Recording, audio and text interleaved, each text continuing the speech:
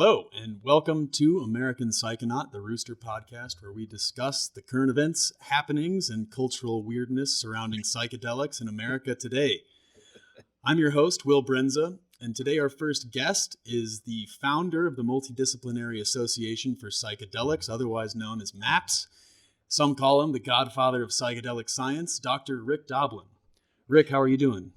Pretty well. I guess I'm the weirdo from the psychedelic community. Well, you may be one of them. I'm trying to work my way into weirdo status here. Funny, I've been trying to work my way out of it. Well, you might be riding this movement right out of it, right into cultural acceptance here. Well, I actually am very interested in doing that. And sometimes I worry I'm losing my edge. No, it's just getting sharper from what I hear. Yes. Rick, there's so much I want to talk with you about, and I know we're not going to get to all of it in just a 30, 40-minute podcast, but just to start, as someone who's been as invested and passionate about this movement and these substances as you have for as long as you have, what are kind of your feelings about like how psychedelics stand today and where they are today?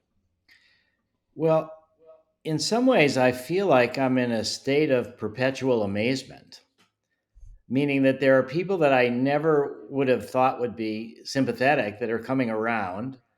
Um, to give you an example, I got an email a couple weeks ago from the U.S. ambassador to Poland on his State Department email.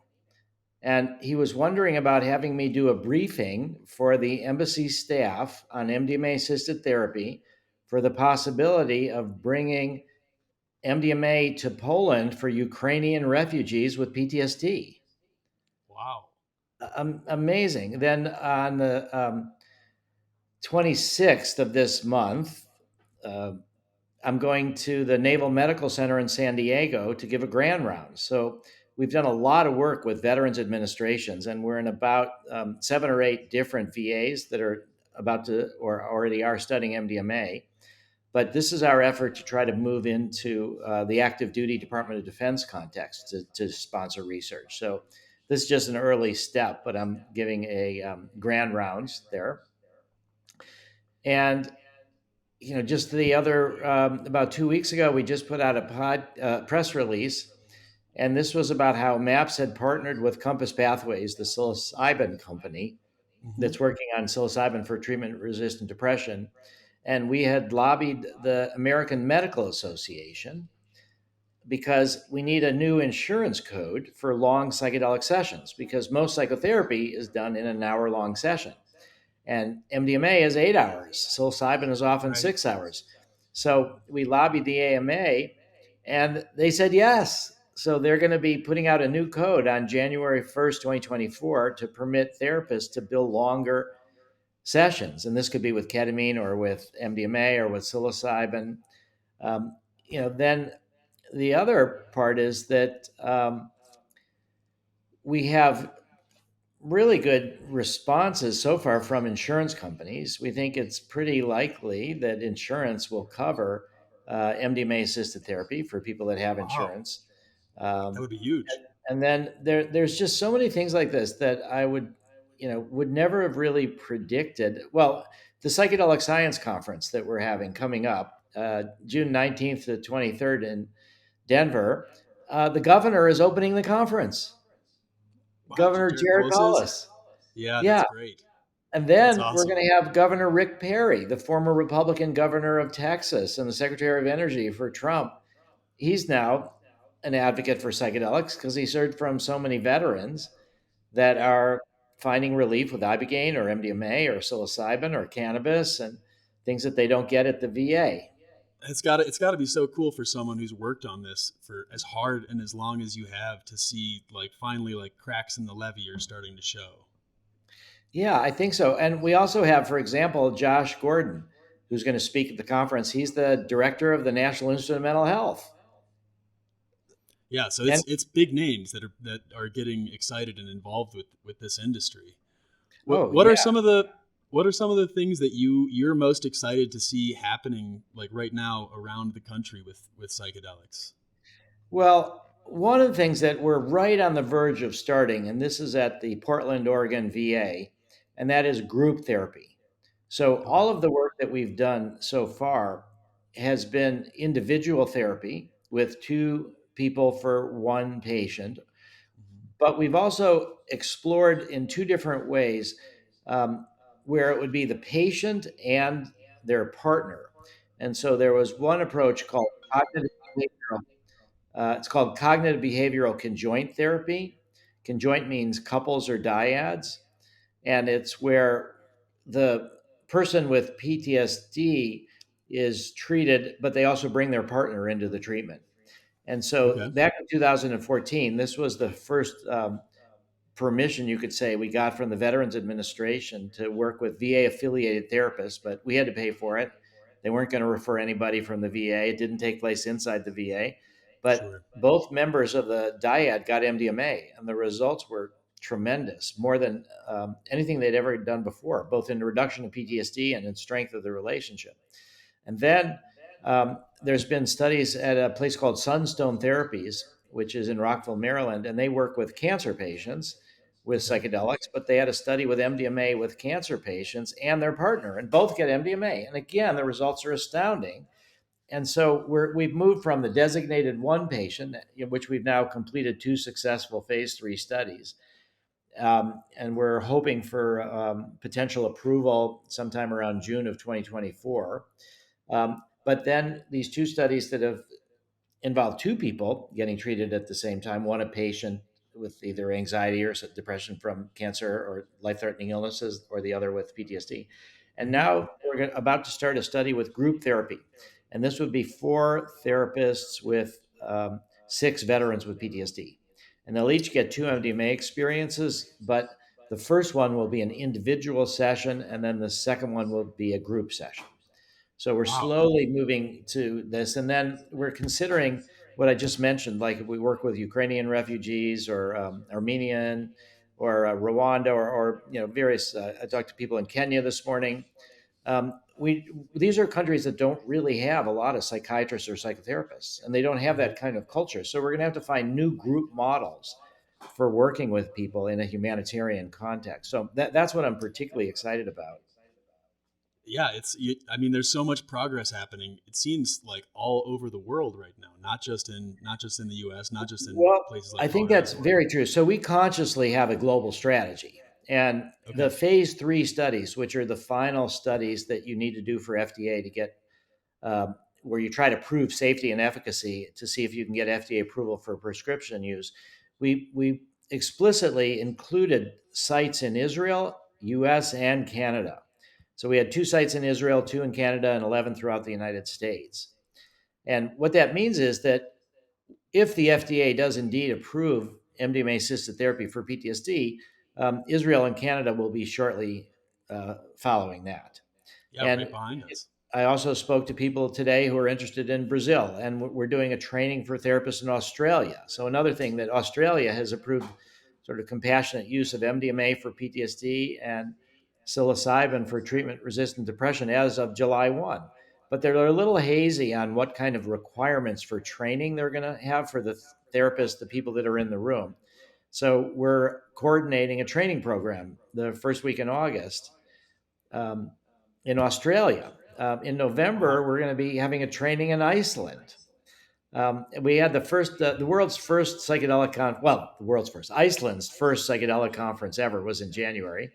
And it was Okay. very well attended by all sorts of government officials, including the Minister of Justice, who's interested in a study to try to reduce recidivism and to work with victims of crime and also with police and prison guards.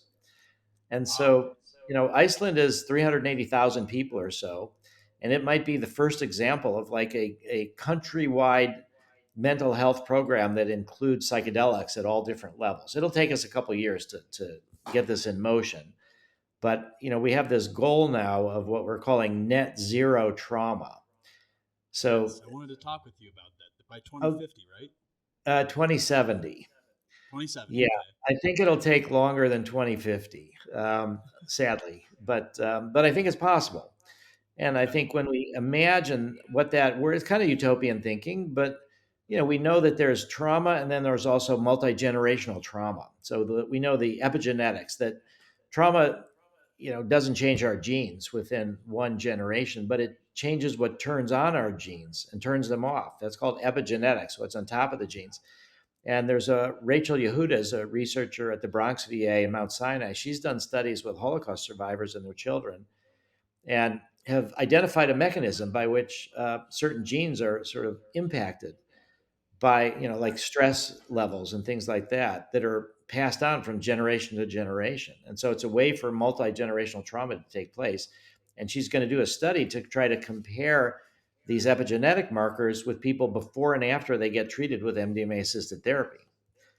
So there's all of this kind of work that, so net zero trauma doesn't mean no trauma. What it means is just we're not adding to the burden of trauma. Um, and I think that is I think it'll take multiple generations. And then I think what we're hoping, what we're hoping is that um, we will be able to sort of clear out all the filters through which people see the world in scary ways, and get to this place of overcoming the past traumas, seeing the same way that PTSD is, you see the world as it was, not as it is, when you were traumatized, and everything is colored by this lens of trauma. But if you can do the successful therapy, then you can realize in many cases, most cases, that the trauma was then and not now, and you can put it into long-term memory storage. And so we do think that over the next couple decades, I think if you look at the world, it's likely to get worse in terms of mental health. We know that everything's worse now after the pandemic, but there's an estimate that there could be over 1 billion climate refugees by 2050. Now if that's even close to true, there's over 100 million displaced people in the world right now. And, if that rises to 1 billion by 2050, it's just, and then we see that the stresses from what we're doing to the environment, from people are, the authoritarian approach, that's building all over the world, the destruction of species, there's just so much stress, I think, that is likely to take place over the next couple decades. So that's why 2070 instead of 2050. And I'll just I say got that you. the Bhutan has a measure of the gross national happiness. And that's been used to compare across different countries. What is your countrywide level of happiness? There's also measures of peace, measures of democracy, measures of various physical health illnesses. And so we've actually are starting to think about developing a measure for gross national trauma that would Yes, I'm then be interested. something that we can, over the next 50 years or so, track. Are we making progress? And I think that it's going to take medicalization of psychedelic psychotherapy with um, 10,000 psychedelic clinics being set up around the world. Well, we're making a little bit of progress on that front here in Colorado. We just last November we passed Prop 122, and then last week the bill was signed by Polis that formalized and legalized everything, and it's I think it's 5 psychedelics. It's psilocin, psilocybin, DMT, ibogaine, and mescaline that we legalized here. All natural substances, part of the Natural Medicine Health Act. Um, how familiar are you with each of those substances? Well, very familiar. Happily have taken all of them, so I'm personally Okay. familiar. Um, All right. well, I mean, psilocin and psilocybin, so they're more or less the same thing. Okay. So I've only taken mushrooms. I haven't actually taken synthetic psilocybin or Psilocin. Would psilocin. you just for our readers or listeners, pardon me, would you kind of go through each of those and just give us a short summary of them and kind of what their potential medicinal and therapeutic uses are? Yeah, well, psilocybin and psilocin are essentially the same thing. Right. So Okay. let us just say that there's an enormous number of clinical conditions and also just personal growth, spiritual experiences that psilocybin can be helpful for. So the way to think about it, this is also true for MDMA, for other psychedelic psychotherapy, is that the treatment is really the psychotherapy, and the Mhm. psychedelic makes it more effective. So when you think about what can psychotherapy be for, it can be for depression, it can be for anxiety, it can be for phobias, it can be for obsessive compulsive disorder, it can be for addiction, dependence, it can be for PTSD, um, it can be for couples therapy, for a range of different things. So I think that what we're really trying to do is to legitimize the field of psychedelic medicine. So even though MAPS is focused on MDMA and other groups are focused on psilocybin and other groups are focused on ketamine and other groups are focused on 5-MeO-DMT, that what we really want to do is train psychedelic therapists across all these different modalities. And then they will customize a treatment program for each individual patient based on their sense and discussions with the patient about, oh, what's next? Let's start with MDMA, for example. Then let's go to psilocybin. Then let's go to mescaline, or let's go to LSD. Or right. So I would say that the classic psychedelics are the ones that have this effect of sort of weakening your sense of self, which Mhm. is good. I mean, our brain is sort of focused on who we are, where are we in time and space, what are our missions, what are our goals. You know, many people have heard about Abraham Maslow and the hierarchy of needs, Right. and maybe that they've studied that in high school or college. You know, where it's your survival needs and your belonging needs, your self-esteem needs, and this hierarchy of needs, and then um, most people were taught that self-actualization is the highest of this hierarchy of needs. But actually, in the last years of his life, when Abraham Maslow encountered LSD research, Stan Groff, and others, that he changed the hierarchy of needs and he started transpersonal psychology. He had started humanistic psychology, but transpersonal psychology is that the highest form of development is self transcendence. You become your Mhm. full self, but then you realize it's about more than just you. It's Right. about this Yeah, there's bigger something world. larger And, there. and you sort of transcend your sense and you think, oh, I'm part of this community. I'm part of the world. I'm part of this.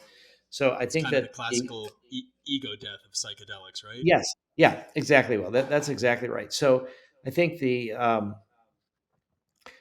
classic psychedelics weaken this sense of ourself, which we're focused on usually these different kind of needs, but then we take in more information, we have less filtering, and often when the self is knocked offline, people realize that we're part of something much bigger, enormous. I mean, you know, the fact that billions of years have gone to create all these different systems in our bodies, billions and billions of years. And I think if for me, this idea politically is that if people end up identifying as their tribe or as their religion or as their race or as their gender or as their nationality, they're missing out on this deeper sense of how we're all connected. And if you can feel this, how we're all connected to each other and also to nature, that has political implications. So that's what psilocybin and psilocin does. Um, you know, DMT.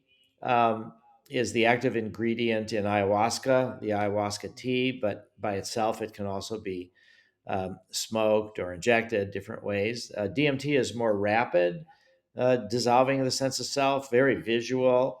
You know, DMT sessions can be 20 minutes sometimes if you smoke it. Then there's also 5-MeO DMT, which is, people know about that as the toad. It's the venom of the Sonoran desert toad, and it's considered to be the most powerful psychedelic that knock off yourself offline. Um, you know, mescaline in San Pedro, cactus, is psychedelic, but it's from the class of what's called phenethylamines. And MDMA is part of that class. So, of all the psychedelics, mescaline is most similar to MDMA. It's got a Wow, that's warmth very to it. interesting. Yeah, it's got a body to it, body effects. Um, it's a little bit more grounded, I would say, than LSD or psilocybin. Do you get like Um, the head tingles with it? Like yeah, run a head massager through your hair? that would be great. Yes, yes. There's one of those head massagers that I bought in Israel called the Orgasmatron Whoa, whoa. because it's so, It's- so pleasurable to have this scratching of your head. oh Um, man, that sounds like fun. yeah. So there's also ibogaine, which is a really important tool. It's a root from Western Africa. It has the remarkable property of actually helping people get over dependence on opiates, in that it makes the withdrawal take place in a couple days, and it kind of cleans out your receptors. And at the same time that it does that, it gives you this deep, profound psychedelic spiritual experience. So ibogaine, it's ridiculous. It's illegal in the United States, but it's legal in Canada. It's legal in Mexico, and it's the one drug that, if there was any candidate to take a drug out of Schedule One, which is the most restricted category, drugs with a high potential for abuse, it would be ibogaine, because we are now at a time where there's over 100,000 people died from opiate or fentanyl overdoses over in 1 year. And ibogaine is ideal for that. In a therapeutic setting, there are safety concerns with ibogaine, but at the same time, there is no abuse. Nobody is taking ibogaine and going to a party or getting in their car. Ibogaine is one of the heaviest psychedelic experiences of my entire life. It knocks you down. You can't move. You vomit. I mean, it's not a drug of abuse. And Yeah. yet, the reason ibogaine is illegal since the 60s is the police busted a LSD dealer, and the LSD dealer happened to have ibogaine. And they're like, oh, what's this? Let's criminalize that.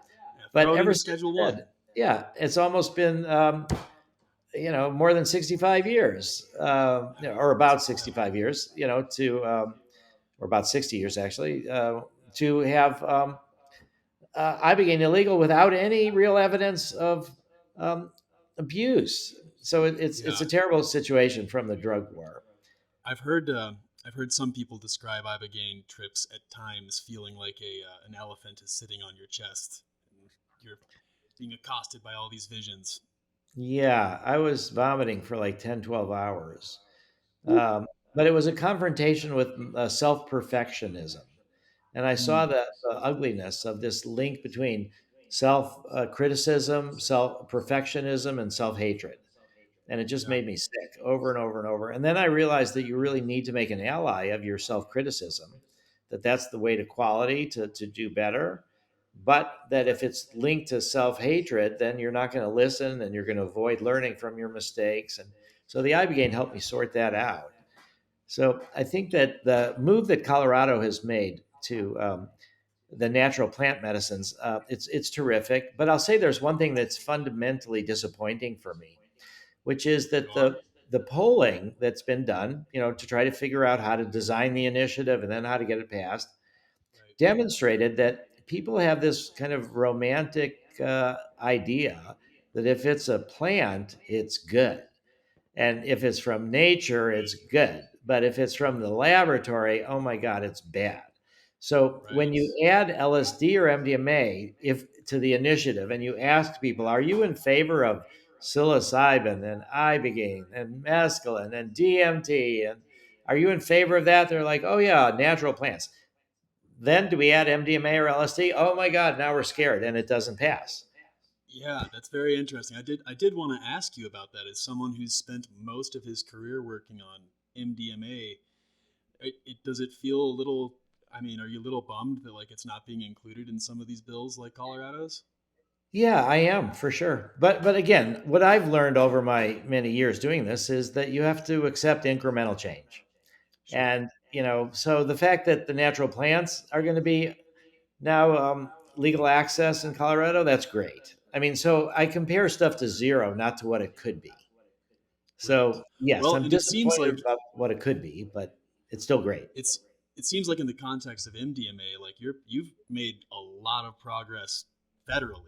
Like that could happen legally or legalize that federally before before mushrooms or DMT Yes, or any yes. other And, and, things. and actually, in Colorado, Colorado was one of the states that you have to pass a law that says that if the FDA makes a Schedule One drug into a medicine, and then the DEA reschedules it, the states have to still reschedule it. And half the states automatically do it, but Colorado requires a law. So we've worked to pass a law in Colorado so that if MDMA becomes a medicine, it will automatically be rescheduled in Colorado. So Okay, that's awesome. That's yeah, really yeah.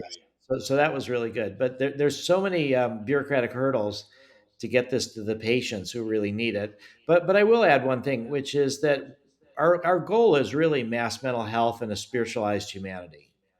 That's what we're aiming for. We're not really um, thinking of anything less, and we're not thinking about how do we maximize profits. It's more about humanity as a whole is in danger of destroying ourselves and destroying the planet, like lemmings going over a cliff. And so we need mass mental health. And so there's two strategies. One of them is drug development, and the other is drug legalization. So it's a fundamental violation of human rights for people to have psychedelics criminalized. Because when we think about the Bill of Rights and we think about the freedom of speech and the freedom of religion and the freedom of the press, all of those are linked to the freedom of thought.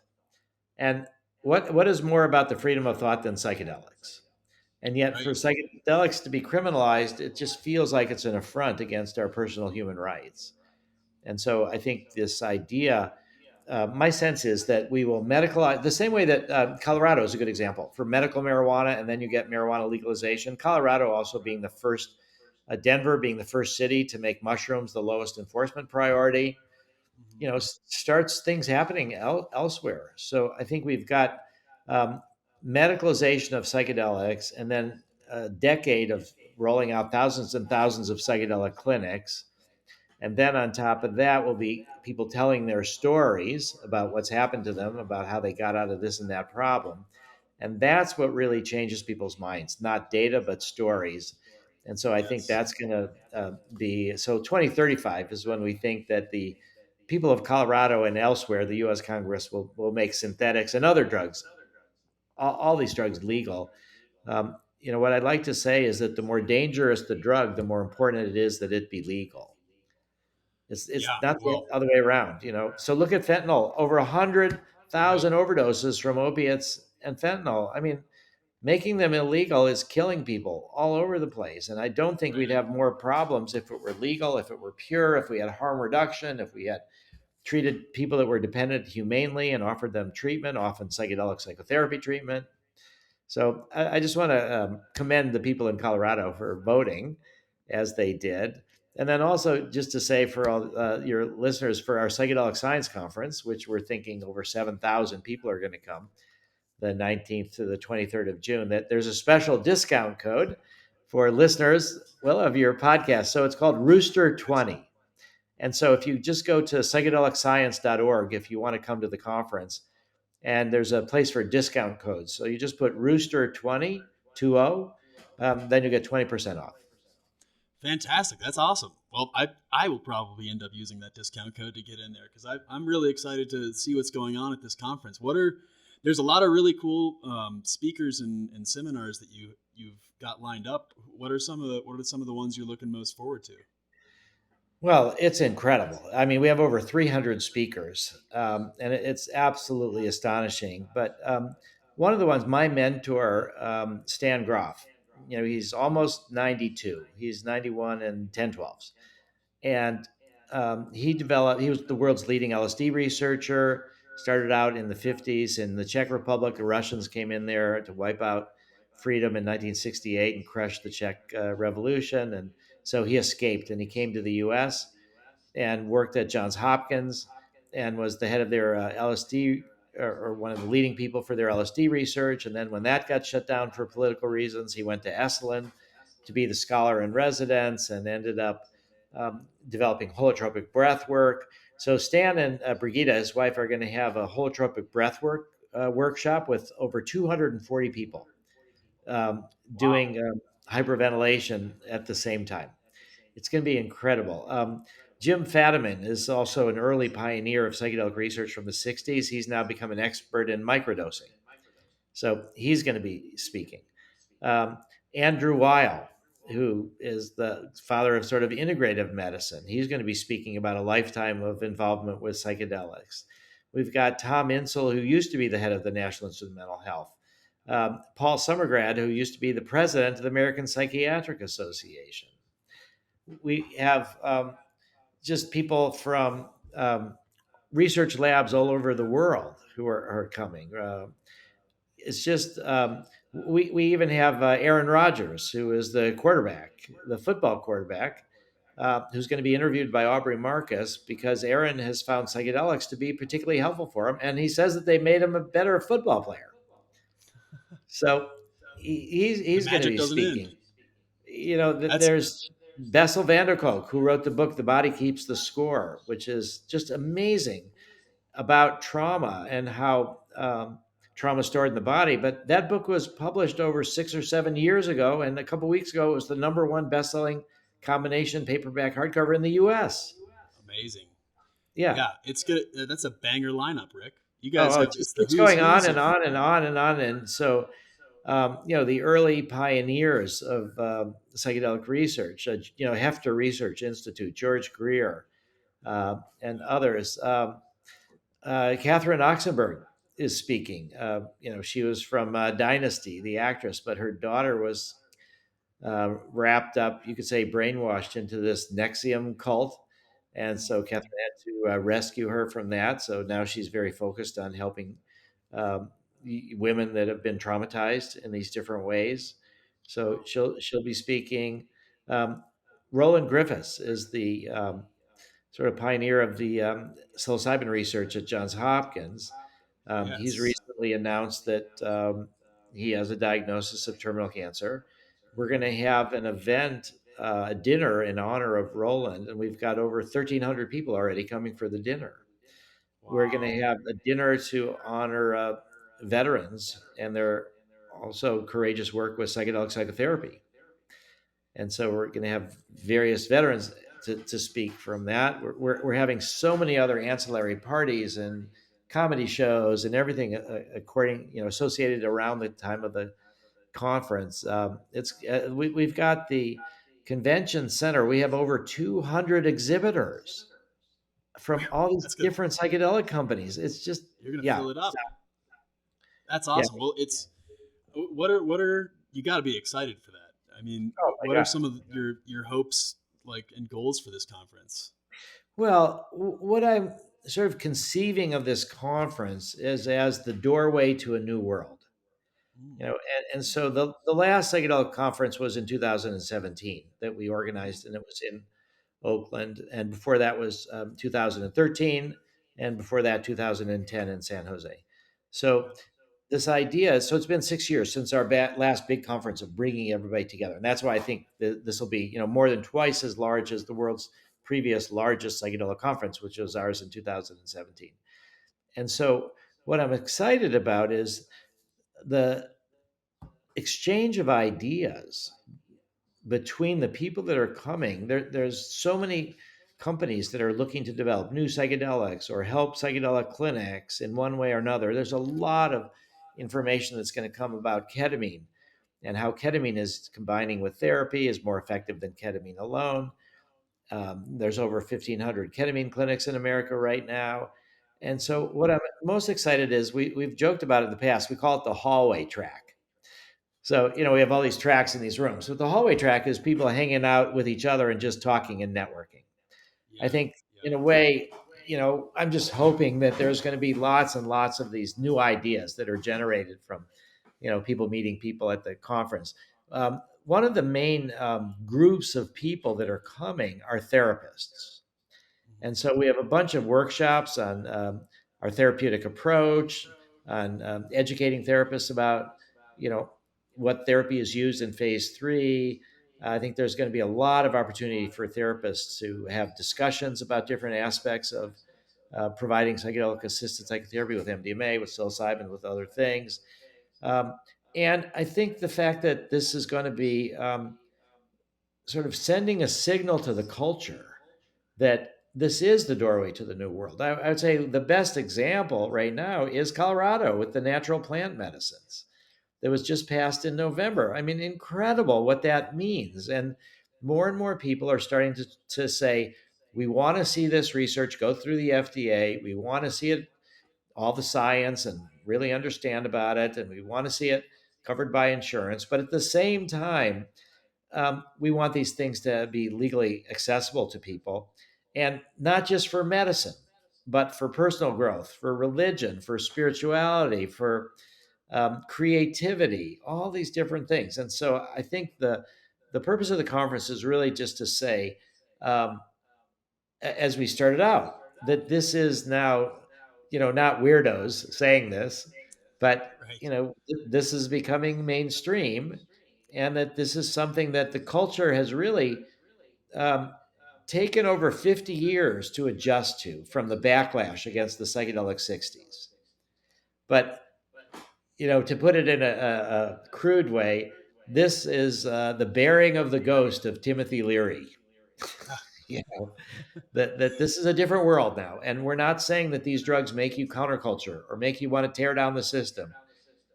Then it was a lot of the hippies were against the Vietnam War, like myself, and found inspiration in psychedelics. But it's not inherently that way, that it can be useful for all sorts of people.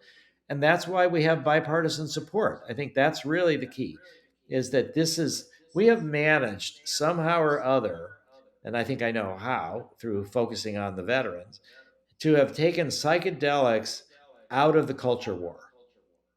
And it's one of the very few things in our society that is out of the culture war. That And needed to happen.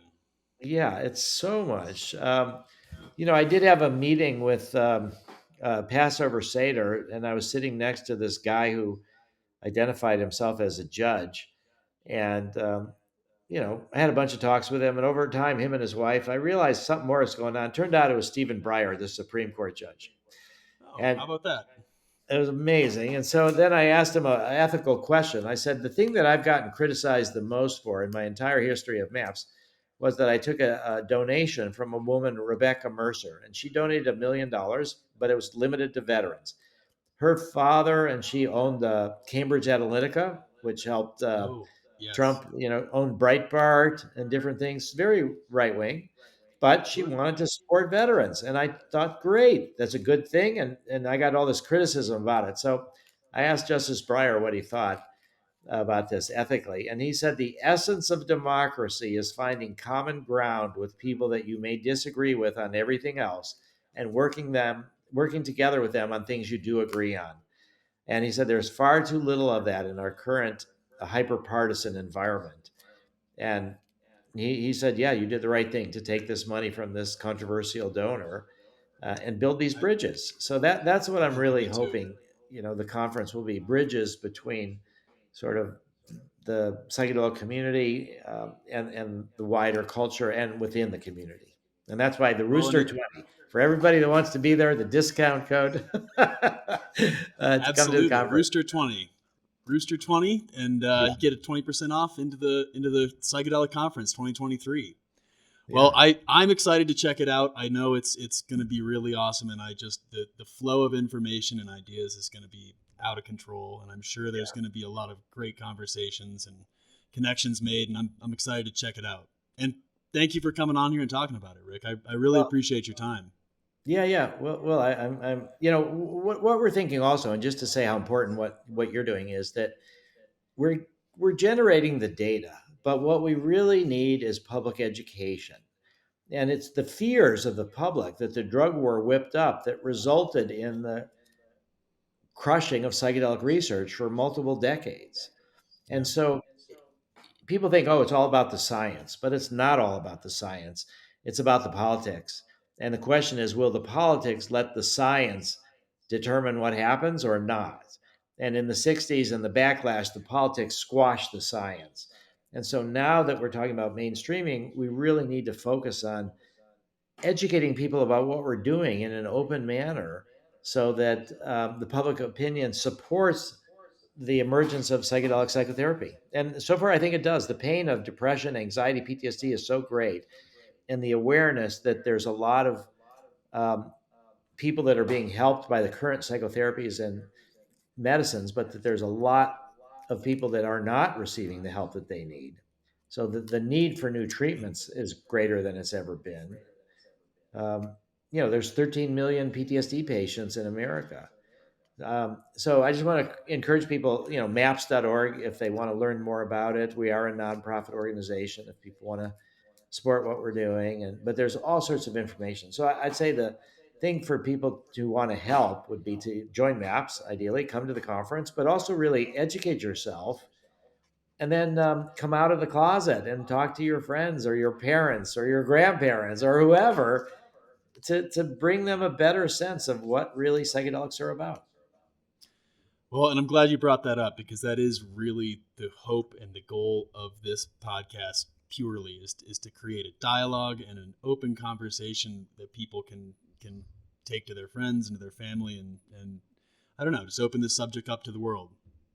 Yeah, which is why it was so great to have you on, man. Like I was really looking forward to this, and like I said, there were so many things that I wish I could have talked to you about, but maybe someday down the road here we could have another conversation, talk about some more stuff like if you have another event. Well, I would very much like that. Excellent. Awesome. Well, Rick, thank you so much. I really appreciate it. Okay, terrific. Take care. Thank you, everybody.